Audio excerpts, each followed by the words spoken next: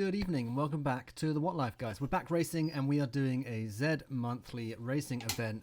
This is, I think, the 4th out of 5 for January. I cannot believe they've squeezed 5 Flat is Fast races in there. We have a good turnout with over 190 people, close to 200 riders.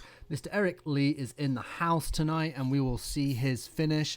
We dive onto fan view to pick up Eric crossing the line. So stick around if that is what you want to see.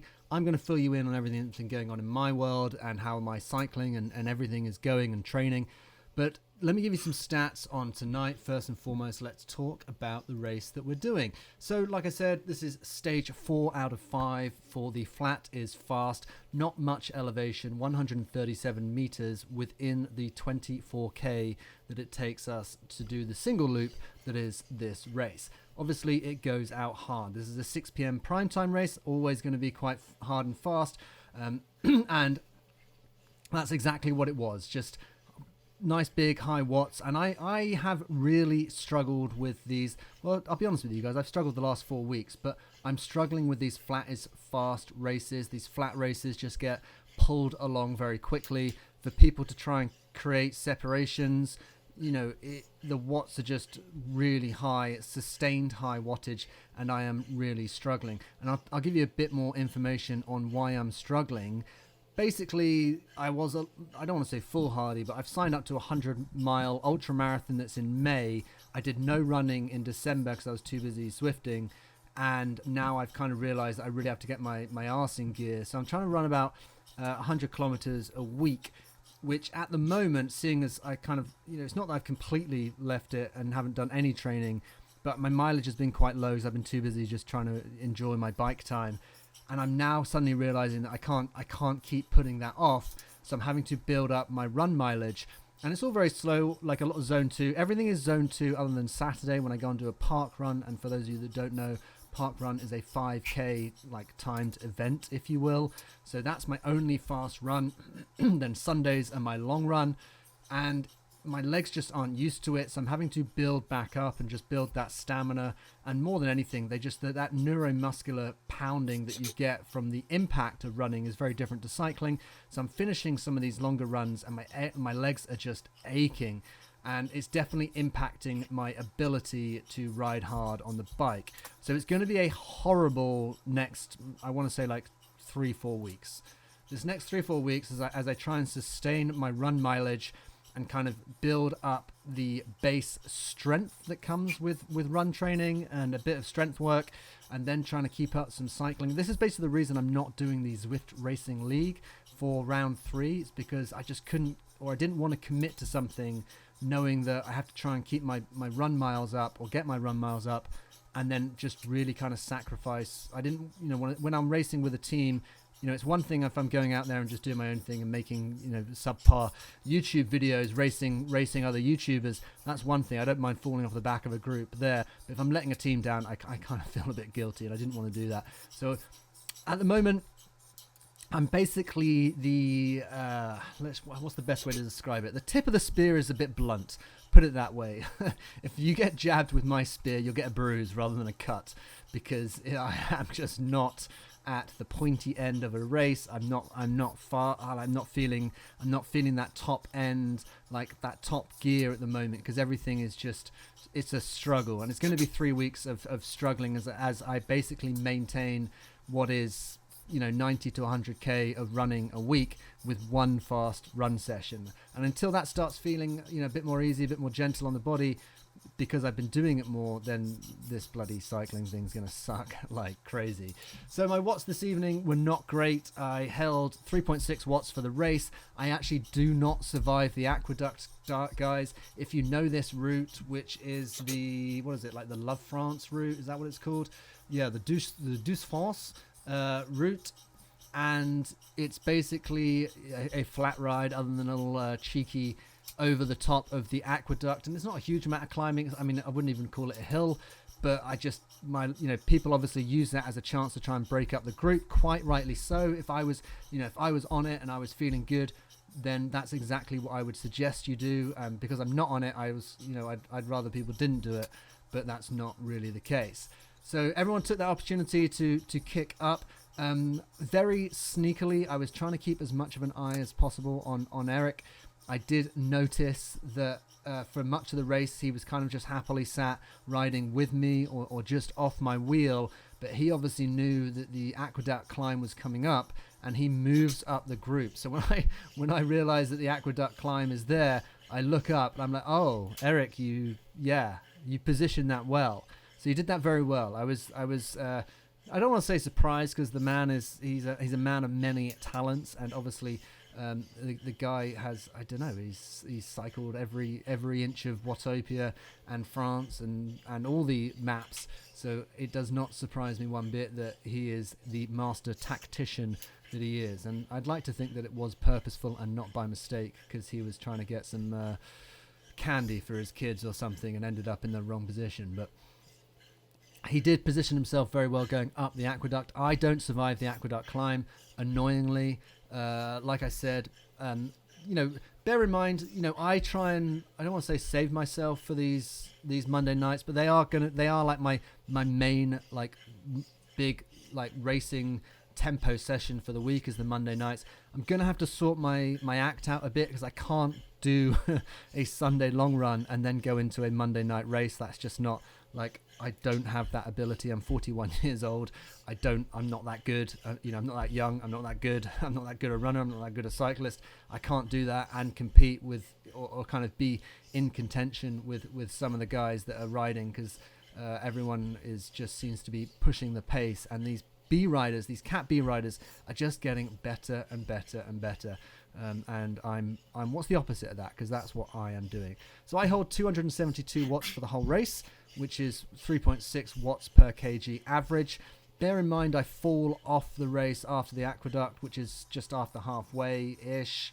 So, reasonably, it was a good first half, put it that way. It wasn't a bad first half. I still get a 3.8 watts per kg 20 minutes in there, which is pretty strong. I'm happy with that. But then my legs just fall to pieces. I don't survive the aqueduct. I lose the front group, and then if you lose the front group, then you kind of just cycle within the means of the group that you find yourself in. And our little 4 or 5 person group, we were happy to, or we were just turning the chains, and then I do my best to try and capture Eric and his finish. So that's basically the summary of how it went. I don't know what people are thinking about these flat and fast races, because I've enjoyed them because it has been like a real tempo effort, but there are very few lulls. Like, there are no kind of like, I haven't found, obviously I didn't survive the aqueduct, so maybe there would have been a lull after the aqueduct, or I imagine there definitely would have been a lull after the aqueduct, but I didn't survive that to witness that. But from my perspective, when you get the hillier races, you do the climb or the short hill, the punch, and then you get to come off and recover a bit. I am struggling with the recovery. My heart rate only hits a 162 max, and that is absolutely diabolical. That just goes to show how badly my body is suffering and how unable I am to hit that top gear.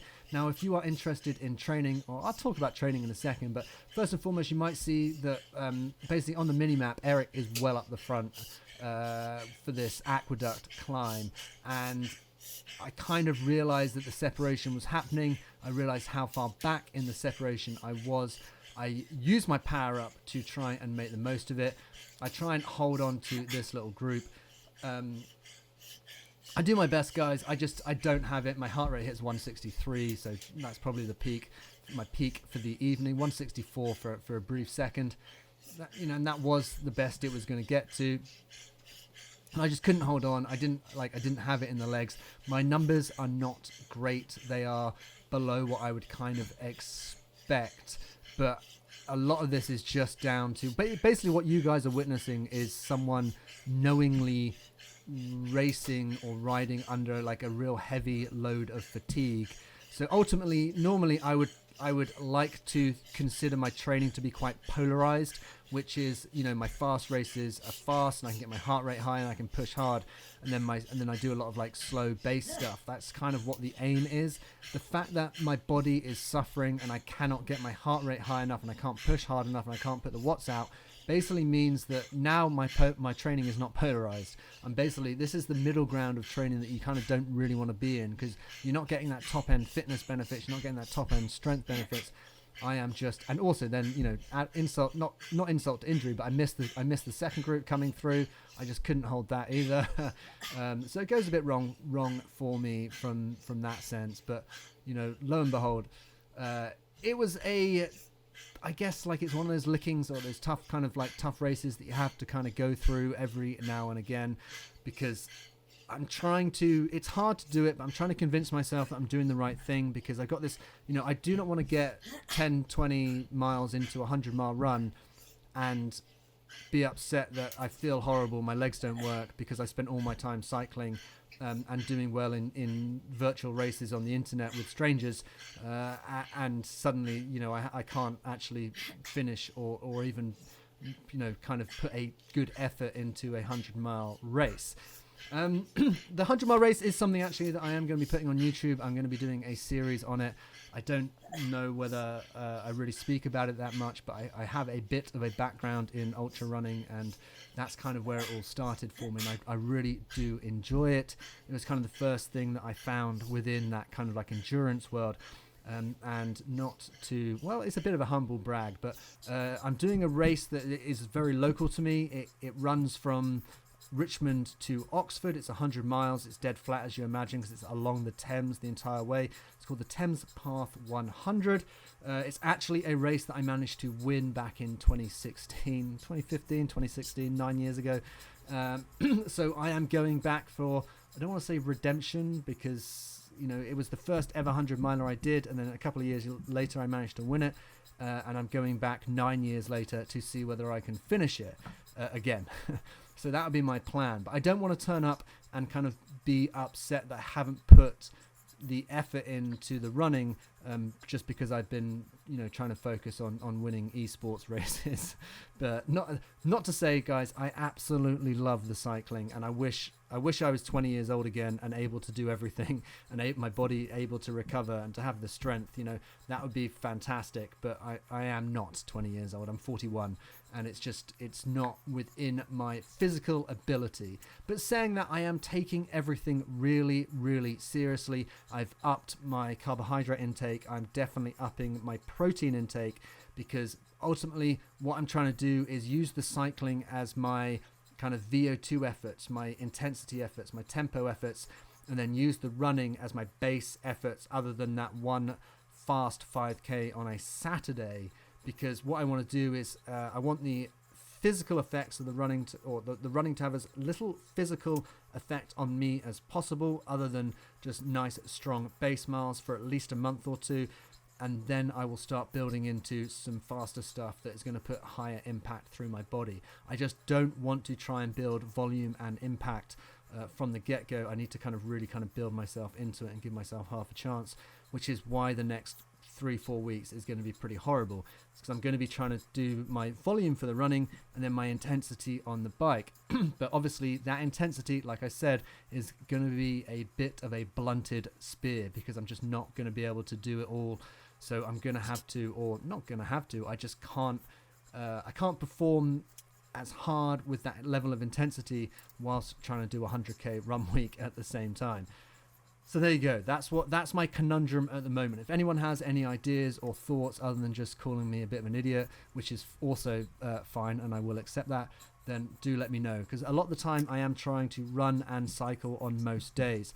So I'll try and do, a lot of it will be base miles running, and then I'll go into like a zone 2 base cycle, which is just maybe just churning out some big gear that's just slow, low heart rate, but like quite big gear for like leg strength.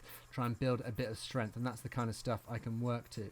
We do flip over briefly every now and again, kind of have a quick look at Eric to see how he's doing, and then in a second we follow Eric through to the finish.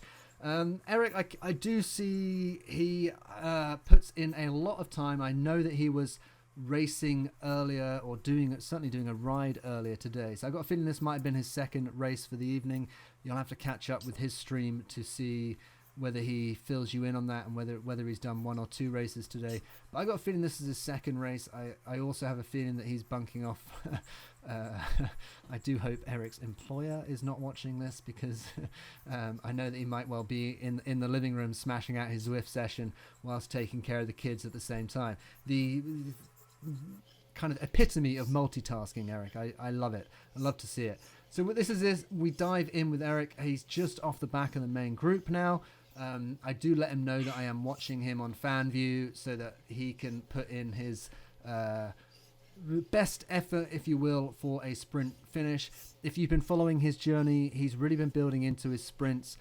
He had a really strong December where he was just kind of building up, and every time I checked back in with him and watching his streams, you basically see how his ability to maintain a few extra watts on the sprint was kind of really building, which was cool to see, because obviously, you know, the whole thing about, you know, my channel, I guess Eric's channel, is just encouraging people to kind of stick with it. And the one takeaway I have from having done this for what is basically a year now is I never kind of really get like a surprise week on week. I never kind of go from one week to the next and be like, oh, well, that's a huge surprise.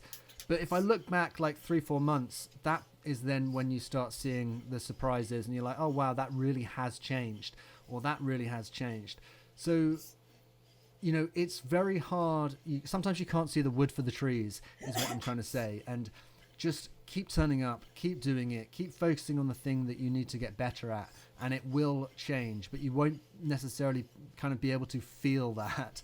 It'll only happen, you know, let's say you do Zwift Racing League round 1, and then you go back for round 4, but you've been super consistent with your training. You might suddenly realize that you're finding it a lot easier, or you're performing a lot better, and you're doing a lot better. As we come into what is almost the final stretch for Eric now, bear in mind these will be his wattages and his heart rate. So seeing Eric up at 168 on the heart rate is lovely to see. Eric that finally he's got that high heart rate as he comes round the corner, puts a bit of a he's put his kick in and then finishes up. That's it for tonight, guys. I'm not going to make you watch me dribbling because I lost the group I was cycling in with because I was watching Eric the whole time. So that's my story, guys. You know, it's going to be a rough 3 weeks of trying to build run volume and maintaining some of my cycling. So I'm going to try and do it all, but you're going to have to forgive me. I will try and prepare better next time and rest up a bit more.